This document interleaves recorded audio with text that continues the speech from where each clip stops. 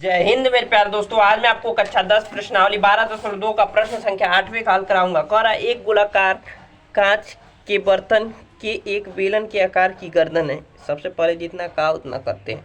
सबसे पहले एक गोलाकार है कांच,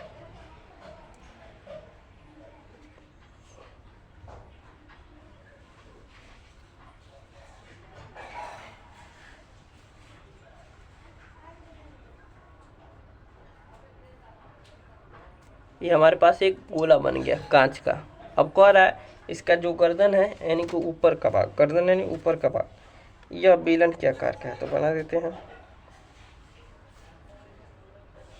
कुछ इस प्रकार है, गोलाकार है। अब कह रहा है ये हमारे पास गोलाकार हो गया। कांच के बर्तन एक बेलन के गर्दन के जिसकी लंबाई यानी इसकी ऊंचाई h बराबर है 8 सेंटीमीटर और व्यास, अगर व्यास का डायामीटर यानी 2 दे दिया है, त्रिज्या हमारे पास क्या आ जाएगी 1 सेंटीमीटर। डायामीटर, त्रिज्या हमेशा डायामीटर का आधा होता है, ठीक है। अब कह रहा है जबकि गोलाकार भाग का व्यास यानी जो एक गोला है इसका व्यास दिया हमारे पास 85 यानी कि 8.5, डी दिया है 8.5, तो त्रिज्या क्या हो जाएगा 8.5/2, ठीक है, त्रिज्या ये हो जाएगा। तो कह रहा है इसमें भरे जा सकने वाले पानी की मात्रा माप कर एक बच्चे ने यह ज्ञात किया कि इस बर्तन का आयतन 345 सेंटीमीटर क्यूब है। जांच कीजिए कि उस बच्चे का उत्तर सही है या नहीं, यह मानते हुए कि उपरोक्त मापन आंतरिक मापन है। देखिए यह इसका आयतन एक बच्चा ज्ञात कर लिया, 345 सेंटीमीटर क्यूब आया है उस बच्चे का। अब हमें इसे हल करना है और देखना है कि कितना आता है। अगर हमारा 345 आ गया तो हम कह देंगे सही है, अगर नहीं आया तो कह देंगे उस बच्चे का गलती है और लिखेंगे सही उत्तर जो आएगा हमारा वही कर देंगे, ठीक है। मुझे आशा है कि प्रश्न आपको समझ में आगे एक बार और पढ़ते। एक गोलाकार कांच के बर्तन, एक गोलाकार कांच के बर्तन में एक बेलन के आकार का गर्दन है, बेलन के आकार की गर्दन जिसकी लंबाई 8 सेंटीमीटर है और व्यास 2 सेंटीमीटर, त्रिज्या 1 सेंटीमीटर हो गया। जबकि गोलाकार भाग का व्यास यानी इसका भाग 8.5 है तो त्रिज्या 8.5/2 कर दिया। तो इसमें भरे जा सकने वाले पानी की मात्रा एक बच्चे ने यह ज्ञात किया कि इस बर्तन का आयतन इतना होगा। जांच कीजिए कि इस बच्चे का उत्तर सही है। हमें जांच करना है कि उत्तर का सही है कि नहीं बच्चे का, और पाई की वैल्यू 3.14 लेना है, ठीक है। तो लिखेंगे दिया, क्या दिया हमारे पास, बेलन की ऊंचाई दिया है हमारे पास h की वैल्यू 8 सेंटीमीटर और त्रिज्या r1 कह देते हैं 1 सेंटीमीटर, और इसी प्रकार इसे कि क्या कहते हैं गोले की त्रिज्या, गोले की त्रिज्या r2 की वैल्यू हमारे पास है 8.5/2। इसे और सॉल्व कर लेते हैं, दशमलव हटाएंगे तो 85 हो जाएगा और नीचे 0 बढ़ जाएगा, तो 17×5 = 85 और यहाँ से 5×4 = 20, तो ये हमारा आ जाएगा सेंटीमीटर, ठीक है। ये हमारे पास क्या है बेलन की त्रिज्या है, ठीक है। मुझे ऐसा है कि आपको समझ में आ रहा होगा। अभी तो मैंने कुछ किया ही नहीं तो समझ में तो आएगा ही। लिखेंगे अब हल, अब लिखेंगे प्रश्नानुसार,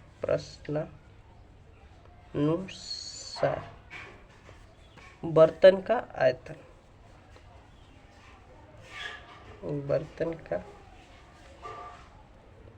आयतन क्या हो जाएगा, बेलन का आयतन प्लस इस गोले का आयतन, बेलन का आयतन प्लस गोले का आयतन, ठीक है। तो बेलन का आयतन क्या होता है πr²h और हमने इसे r1 माना है बेलन की त्रिज्या को, प्लस गोले का आयतन क्या होता है 4/3 πr³, इसे हमने r2 माना है, ठीक है। और अर्धगोले का आयतन क्या होता है 2/3, ठीक है। अब देखिए यहाँ से पाई कॉमन ले लेते हैं,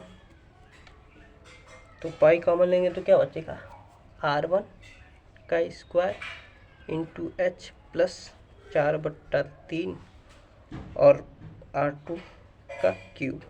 अब देखिए पाई की वैल्यू में 3.14 लेने को कहा है तो ले लीजिए। R1 की वैल्यू क्या है हमारे पास 1 सेंटीमीटर और 1 का स्क्वायर क्या हो जाएगा 1 और 8 है एच की वैल्यू तो 8 प्लस 4/3 और R2 की वैल्यू हमारे पास है 17/4 और 3 बार लिखेंगे क्योंकि क्यूब है। आपको याद होना चाहिए 17 का क्यूब 4913 होता है। 17 का क्यूब कितना होता है 4913। मैंने आपको 20 तक क्यूब याद कराया है, लिस्ट बनाया हुआ है, आप जाकर देख सकते हैं क्यूब का, ठीक है। अब 3.14। अब देखिए 1 में 8 का गुणा करेंगे तो 8 प्लस अब काटा पीटी कर चालू करते 4 से 4 खत्म। 17 का क्यूब 4913 और बट्टा में नीचे कितना आ जाएगा 4 चौको 16 तियाँ 48। अब इसका एलसीएम ले लेंगे, इधर सॉल्व कर देते हैं ताकि जगह नीचे बच जाए। तो 3.14 एलसीएम लेंगे तो 48 आएगा और 48 में 1 का भाग देंगे तो 48 ही आएगा। 48 में 8 का गुणा करेंगे तो कितना है 8 8 64 का 4, 8 8 64 का 4, 8 8 64 का 4 और 8 चौको 32 और 32 अच्छा 38 तो 384 प्लस 4913, ठीक है। तो अब यहाँ से देखिए 3.14 अब इसे जोड़ देंगे 4 3 7 और 8 1 9 और 9 3 12 का 2, 9 3 12 का 2 और 4 1 5, ठीक है ना। एक बार और जोड़ देते हैं 4 3 7 8 1 9 और 3 9 3 12 का 2 और 4 1 5, ठीक है। अब नीचे हमारे पास क्या है 48। अब काट पीट चालू करते हैं, उसके बाद गुणा करते हैं और भाग देते हैं। देखिए काटेंगे 24 दूना के 48, 2 से काटेंगे 26 दूना का 52 और 4 दूना का 8 हाथ में लगा 1 तो 17, 8 दूना का 16 हाथ में लगा 1 तो 10 लगाएंगे 0 बढ़ाएंगे तो 5 दूना का 10, ठीक है। अब पुनः इसे काट देंगे हम 12 से तो यहाँ से हमारे पास क्या हो जाएगा 13 दूना 26 और 24 दूना का 48 2 दूना के 4 और 2 पच्चे 10 तो 12 आ गया हमारे पास। अब हम इन दोनों को गुणा कर देंगे, किन दोनों को 13 24 25 और 13 14 को गुणा कर देंगे और उसके बाद 12 से भाग देंगे तो 3.14 गुणे 13 24.25 भागा में 12 और भाग दे देंगे तो हमारा आंसर यहीं लास्ट में थोड़ा सा कैलकुलेशन है तो हम रफ कॉपी पर कर देंगे। देखिए क्या है थोड़ा लंबा होगा लेकिन मज़ा आएगा, थोड़ा गुणा भी ये तो हमें आता है लेकिन कर देते हैं, अच्छा रहेगा। समय थोड़ा वेस्ट होगा लेकिन कर देते हैं, ठीक है।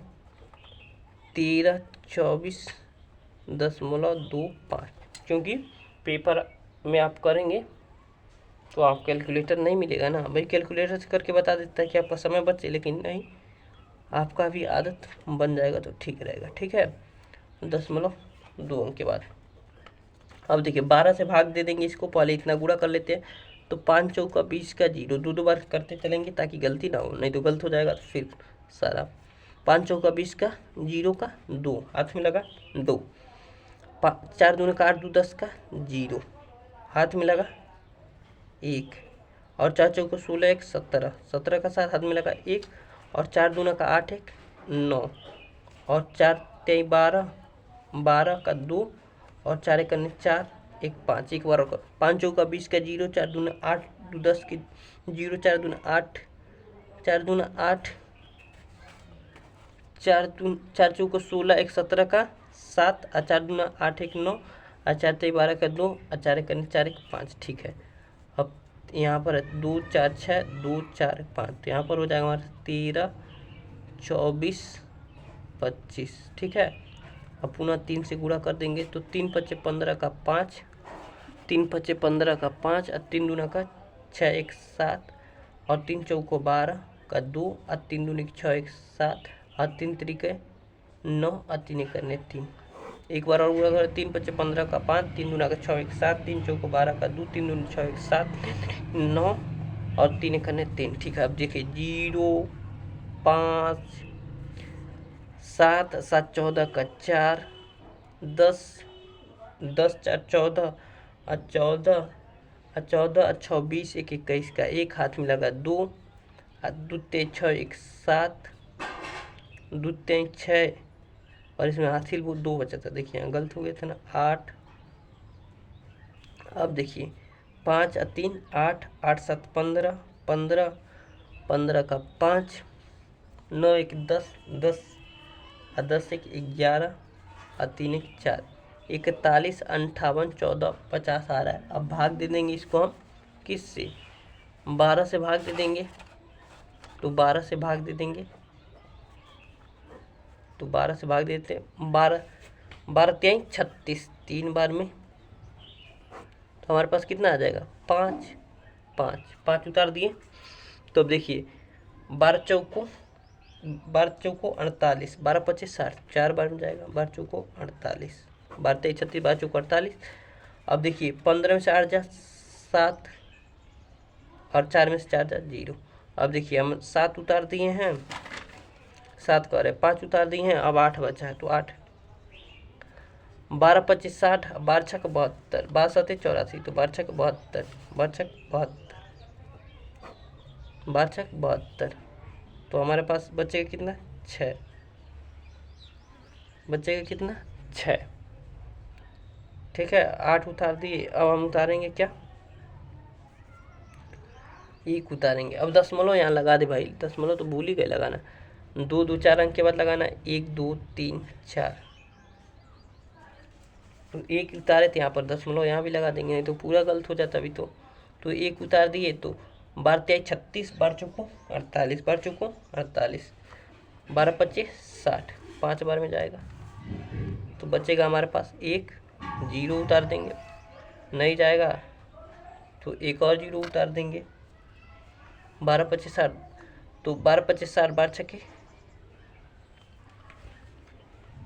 12 25 60, 12 छक्के 72, 12 सत्ते 84, 12 अट्ठे 96, 8 बार में जाएगा, 12 अट्ठे 96।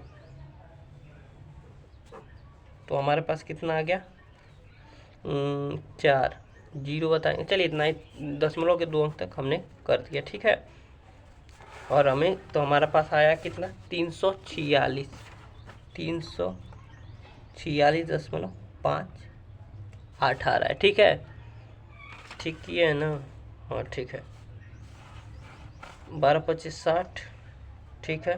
तो यहाँ पर बचेगा 1 और 0 उतारेंगे तो नहीं जाएगा, तो यहाँ पर लगा देंगे हम 0। तो हमारे पास ठीक है, तो 5.8 आ रहे थे, ये हमारे पास आ गया सेंटीमीटर क्यूब। और बच्चे ने क्या लिखा था, 345 सेंटीमीटर क्यूब। तो देखिए दशमलव के इस बगल तो फर्क नहीं पड़ता है, क्या आंसर आया। अगर 345.58 आया होता ना तो कहते इसका भी हाँ सही किया है, लेकिन 346 आ गया। तो लिखेंगे, यहाँ लिख देंगे बच्चे का उत्तर गलत है।